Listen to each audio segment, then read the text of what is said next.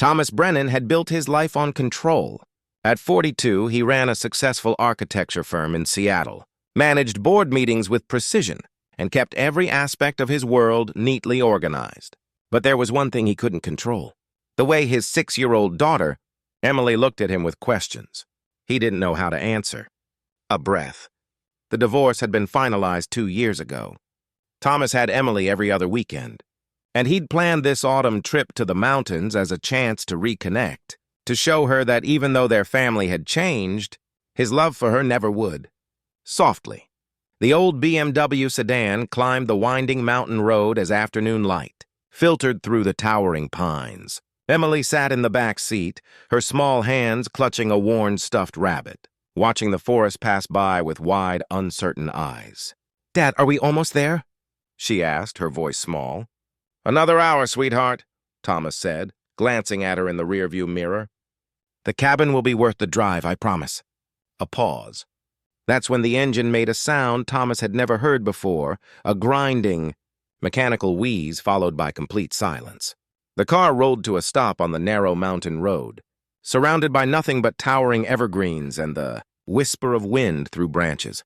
Thomas turned the key. Nothing. He tried again, his carefully maintained composure beginning to crack. His phone showed no signal. They were miles from anywhere, the afternoon sun already beginning its descent toward evening. "Dad!" Emily's voice trembled. "What's wrong?" Thomas forced a smile he didn't feel. "Just a little problem with the car, honey. Everything's going to be fine." A moment of quiet. He stepped out, popped the hood, and stared at the engine as if looking at it hard enough might reveal an answer. But Thomas knew computers and blueprints, not engines. The forest around them was beautiful and utterly indifferent to their predicament. That's when he heard footsteps on the gravel, gently. She emerged from the tree line like something from another time, a young woman in her mid-20s, wearing a faded teal hoodie and jeans, her long auburn hair falling loose around her shoulders. She carried a canvas bag over one shoulder and moved with the easy confidence of someone who belonged to these woods. "Car trouble?" Her voice was soft, unhurried. Thomas felt a flash of embarrassment. Here he was, the successful businessman, helpless on a mountain road.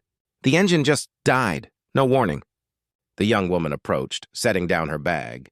"I'm Meadow," she said simply. "I live up the mountain a ways. Mind if I take a look?" With warmth. Before Thomas could respond, she was leaning over the engine, her hands moving with surprising knowledge. She checked connections, tested wires, her movements deliberate and sure. Emily had climbed out of the car now, standing close to her father, watching this forest stranger with curious eyes. "Serpentine belt," Meadow said after a moment, straightening up. "Snapped clean through. You're not driving anywhere on that." Thomas felt his careful plans crumbling. "The nearest town? 15 miles back the way you came. No cell service until you're nearly there." She studied him for a moment, then glanced at Emily with a gentle smile.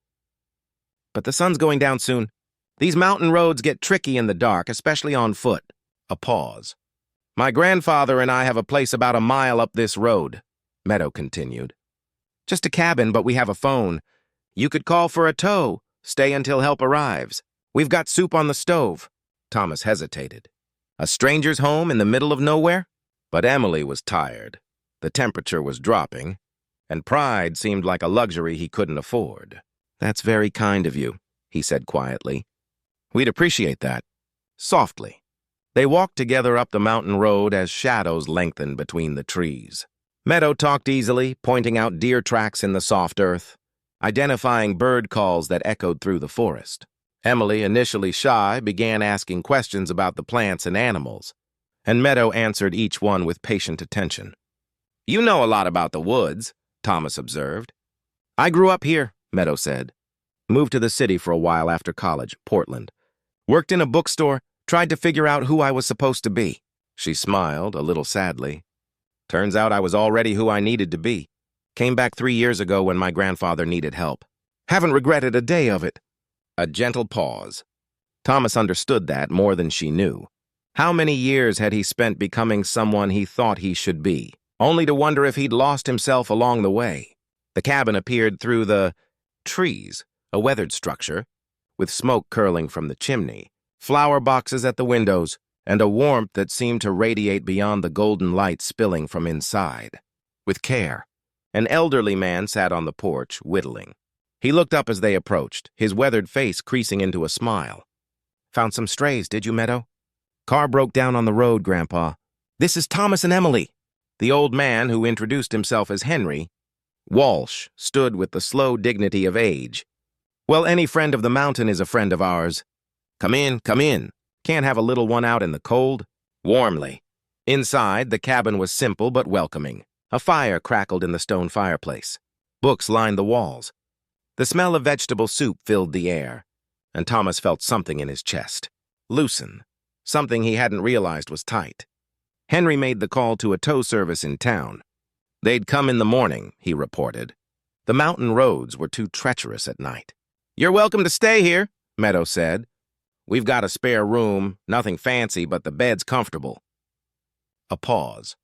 Thomas wanted to protest, to maintain his independence, but Emily was already sitting by the fire, Henry showing her his whittling, and the kindness in this stranger's eyes made him feel unexpectedly safe.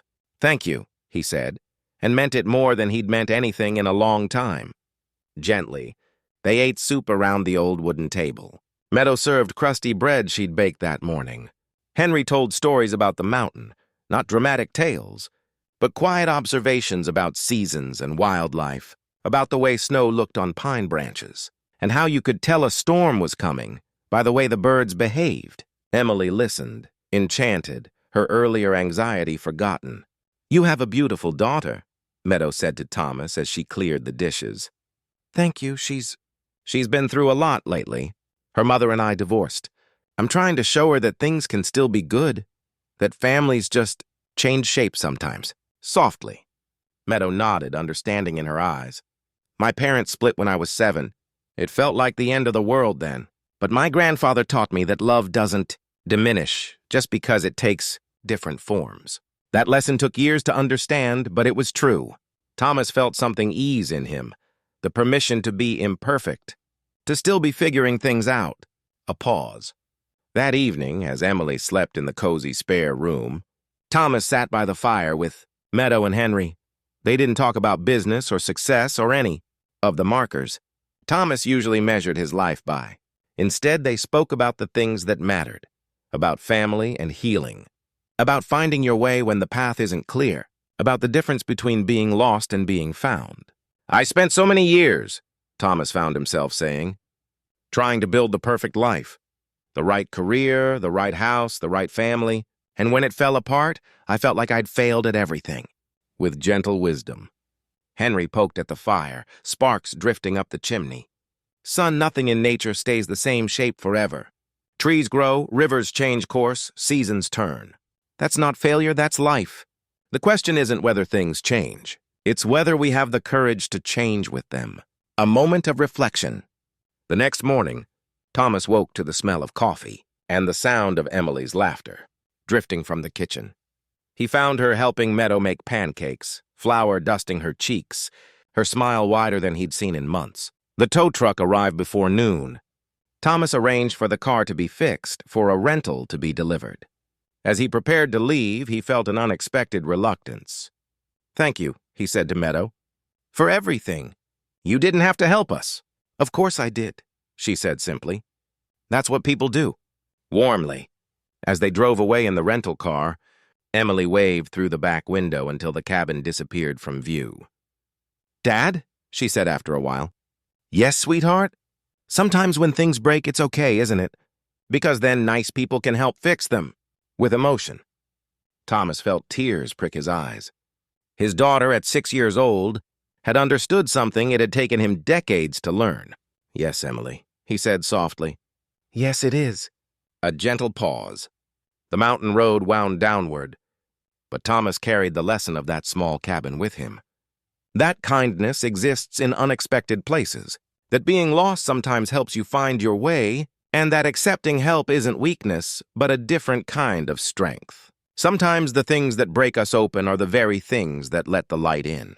A final, warm pause. And sometimes a mountain road, a broken engine, and a stranger's kindness are exactly What we need to remember that we're never as alone as we think we are.